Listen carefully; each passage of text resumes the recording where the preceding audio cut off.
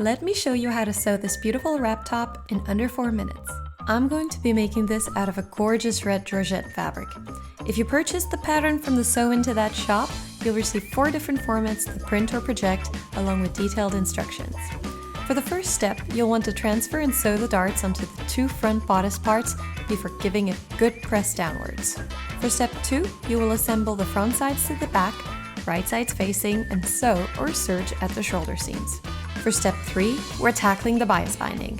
For this project, I cut out my own bias binding, and now I'm going to sew it right side of the bias binding, facing the wrong side of the bodice. Then, I fold everything over to the right side and top stitch the binding with a very narrow seam allowance for a perfect look. For step 5, I'm pinning together the side seams and serging or sewing.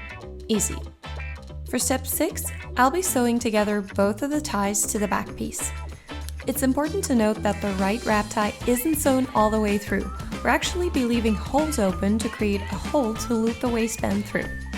Then, to avoid bulk and to make the next steps easier, I'm pressing both seams open. Now comes step 8, the burrito. I'm pinning the bodice right sides facing onto the lower back, making sure to line up the seams. I'm then going to roll up the bodice, forming a sausage that I can then encase into the back piece that's underneath. Once this is done, I pin my burrito close. I'm also pinning down all the way across the pointy ends of each of the wrap ties. Before I sew everything up, I'm also making sure to mark the notches for my pattern onto my left tie.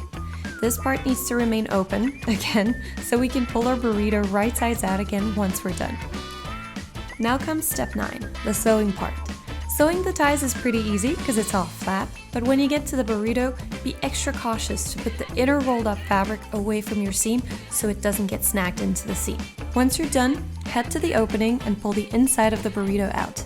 Just a heads up, this could require some patience, depending on the type of fabric that you're using.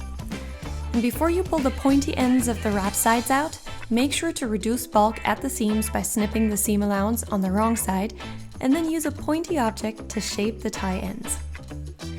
Your blouse is almost done. We just need some cosmetic touches and, of course, the sleeves. So for steps 10 and 11, we're going to top stitch around the loophole and close the seam we left open earlier. I'm going very slow here and I'm using way too many pins, but here's the final result. Now on to step 12, the sleeves.